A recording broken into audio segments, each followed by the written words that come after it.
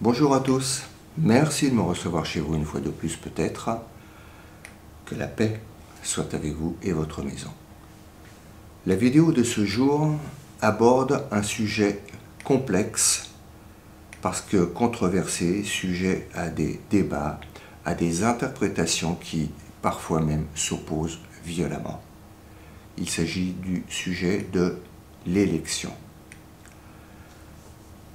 Voyons donc ce que l'Écriture présente à nos esprits pour nous permettre quelque peu de mieux appréhender ce sujet pourtant central de l'élection. Je n'ai pas la prétention de faire le tour de la question. Voici donc les passages bibliques qui m'ont semblé éclairer pour moi personnellement au mieux ce sujet difficile. Tout d'abord, l'Écriture nous dit que Dieu est amour. Première épître de Jean, chapitre 4. Il ne faut jamais perdre cela de vue. C'est comme un filtre à travers lequel toute chose doit être considérée. Et ce qui ne colle pas avec la pensée d'un Dieu qui est amour doit être vu comme une erreur et doit être rejeté et abandonné. Et cela d'autant plus que Dieu a donné des preuves irréfutables de son amour infini envers les hommes en donnant ce qu'il a de plus cher pour nous sauver. Il n'y avait pas de prix plus grand que celui qu'il a payé pour nous racheter. Ainsi, dans son amour, je cite, « Dieu veut que tous les hommes soient sauvés et qu'ils viennent à la connaissance de la vérité. » Ce mot de vérité est important. Dans la relation que Dieu veut avec ses enfants, il veut la lumière complète pour la relation la plus heureuse possible entre nous et lui.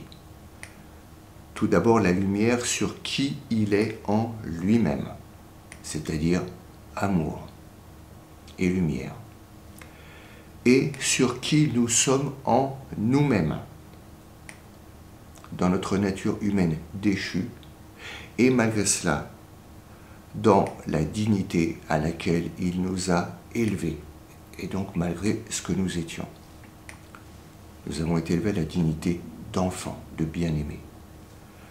Ce propos de vouloir sauver, de donner ce que nul ne possédait, nul d'entre nous les humains, de partager sa richesse, c'est le propos qu'il a de toute éternité, comme le montrent les versets suivants.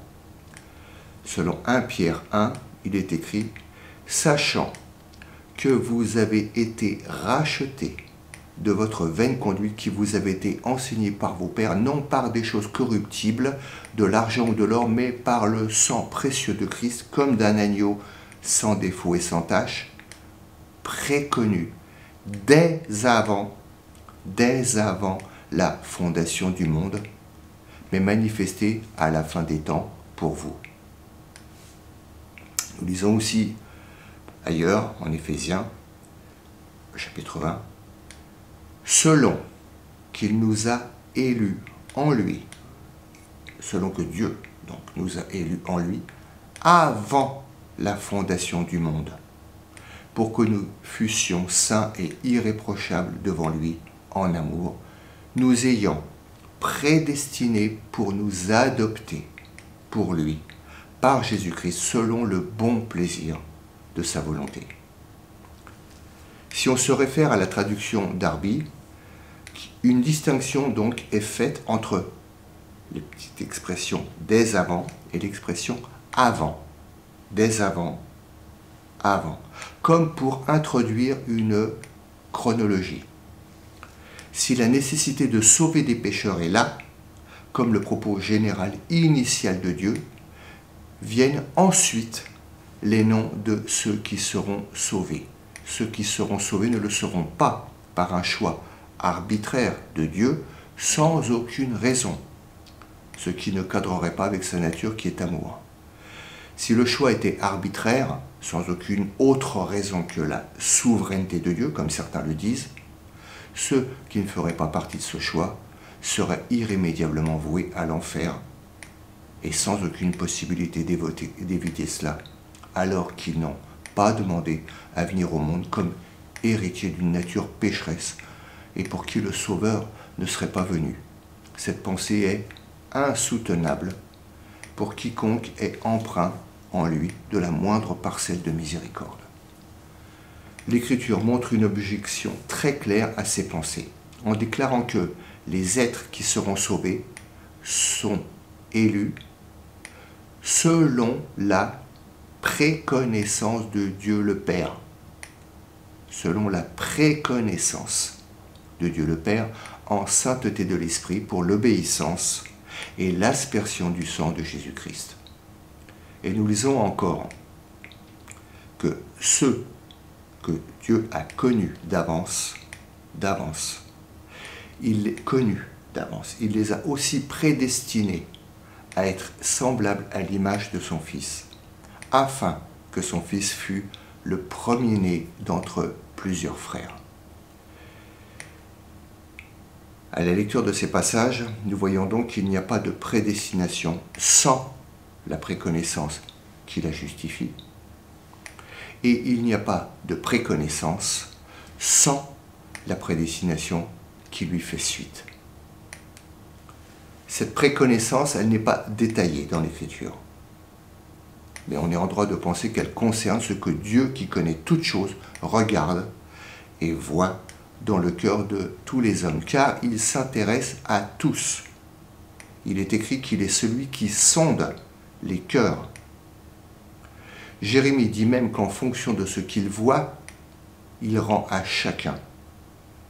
Ce qui nous arrive n'est jamais le fait du hasard, sans que Dieu ne règne. Il est même écrit que lorsque des petits oisillons tombent par terre, eh bien, ce n'est pas sans que le Seigneur le sache. On peut penser donc que ce que Dieu voit à l'avance, dans sa préconnaissance, c'est si on accueillera ou non la vérité. En effet, il est écrit que des hommes seront perdus pour le motif premier qu'ils n'ont pas reçu l'amour de la vérité pour être sauvés. On lit ça dans 2 Thessaloniciens, chapitre 2, verset 10. À l'inverse, à ceux qui sont en recherche honnête de la vérité, car Dieu invite les humains à chercher, à frapper, à demander. À cela, il viendra en aide en leur donnant la foi pour aller plus loin que là où leur seule capacité humaine de raison, d'intelligence ne pouvait les amener. Et cela, il les connaît d'avance. Et il a écrit leur nom, je cite, dès la fondation du monde, dans le livre de vie de l'agneau immolé. Nous voyons cela en Apocalypse 13. Là encore, le petit mot, entre guillemets, dès, se distingue des expressions que j'ai mentionnées auparavant, dès avant et avant, comme pour montrer une certaine chronologie, si je peux m'exprimer ainsi. Dieu veut sauver des hommes.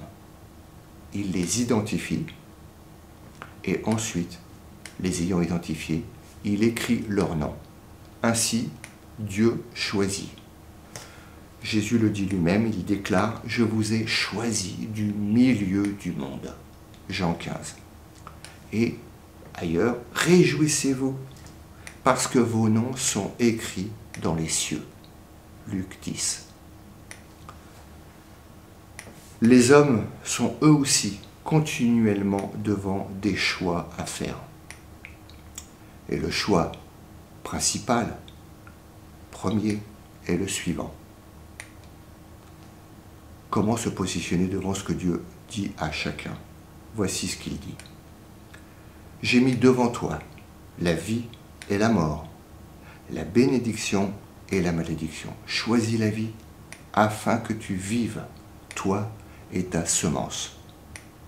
Deutéronome 30, 19. Les hommes sont donc tenus responsables. Et les personnes qui seront perdues apprendront au jour du jugement qu'elles ne doivent leur perdition éternelle qu'à leur refus ou indifférence de la vérité qui incluait pourtant Dieu et son désir de les sauver. Parce qu'ils ont préféré les ténèbres à la lumière. Dieu voulait pourtant les sauver eux aussi. Et le feu éternel dans lequel ils iront, malheureusement, n'avait initialement été préparé que pour le diable et ses anges. Matthieu 25, 41. C'est pourtant si simple d'être sauvé. Crois au Seigneur Jésus et tu seras sauvé, toi et ta famille. Acte 16. Et encore, si tu confesses le Seigneur Jésus de ta bouche et que tu crois en ton cœur que Dieu l'a ressuscité des morts, tu seras sauvé. Romains 10. Je rappelle que Dieu n'est pas un menteur. Et c'est à la portée d'un enfant de recevoir cela. Mais c'est peut-être encore trop difficile pour certains d'accepter de se voir coupable et perdu aux yeux d'un Dieu saint. Alors pour finir sur une note ô combien plus heureuse, voici un verset extraordinaire. Ceux que Dieu a prédestinés, il les a aussi appelés. Et ceux qu'il a appelés, il les a aussi justifiés. Et ceux qu'il a justifiés, il les a aussi glorifiés. Romains 8, 30. Il faut noter que tous les verbes ici utilisés sont au passé, comme si c'était déjà fait, car rien n'empêchera Dieu d'accomplir ce qu'il a décrété par avance. Les chrétiens sont tous concernés, aucun ne sera privé de sa glorification finale. Alors, nous ne la voyons pas encore manifestée, c'est pour plus tard dans notre vie. Nous lisons en effet en Colossiens 3, 4 que quand le Christ, qui est notre vie, sera manifesté, alors vous aussi, vous serez manifestés avec lui en gloire. Colossiens 3, 4. Pour comprendre cela, considérons qu'avant notre conversion, nous n'avions pas notre justification. Et pourtant, elle était déjà là dans la pensée de Dieu. Pareillement, aujourd'hui, nous n'avons pas dans notre vie actuelle notre glorification. Et pourtant, elle est elle aussi dans la pensée de Dieu, déjà accomplie. Et oui, les pensées et les voies de Dieu sont au-dessus, tellement au-dessus de nous, impénétrables pour nos esprits s'ils ne nous les révèlent pas.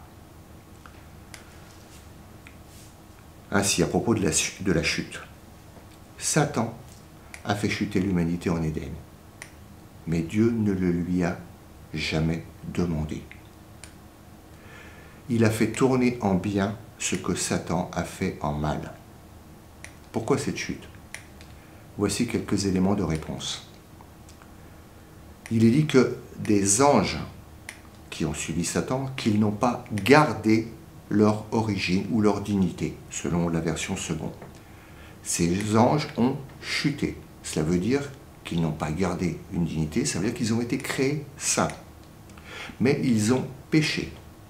Et ils sont alors devenus des anges méchants, des esprits malfaisants, des démons.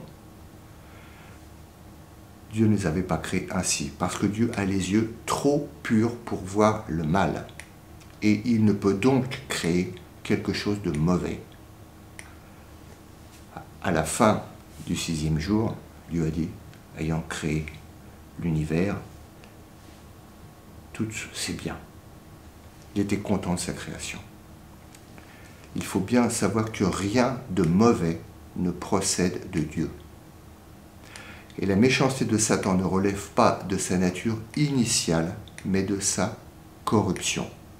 Et selon Jean 8, 44, il ne s'est pas tenu dans la vérité.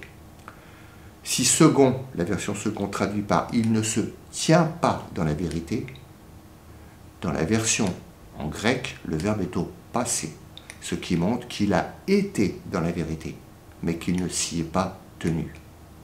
Les anges déchus, dont Satan, ont donc été créés parfaits, avec une liberté qui les a conduits à la rébellion. Ce que l'on peut dire, c'est que Dieu a permis cela.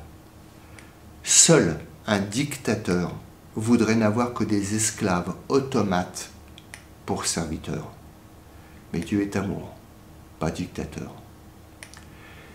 Et si dans son omniscience, il savait ce qui allait se passer, il ne l'a pas décrété. Je rappelle, il a fait tourner le mal en bien. Et c'est ainsi qu'en permettant cette chute en Éden, l'épouse, qui était son propos pour son fils et de toute éternité, de donner une épouse à son fils, l'épouse qu'il donne à Christ est une femme libre, une femme qui a reçu Jésus dans son cœur, qui l'a accepté, choisi, aimé, à cause de sa beauté, de sa miséricorde et de son amour qu'il a manifesté par son sacrifice. Et son épouse, donc, ne sera jamais une esclave, qui n'aurait pas eu d'autre possibilité que de devenir sa femme par une prédestination qui aurait été décrétée sans aucune autre raison invoquée que la souveraineté divine. Voilà.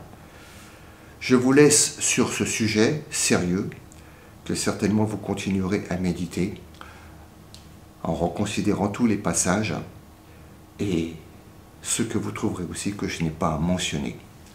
Seule la parole de Dieu est là pour nous éclairer sur ces sujets difficiles. Voilà, je vous dis à bientôt peut-être pour une nouvelle vidéo et évidemment que Dieu vous bénisse abondamment.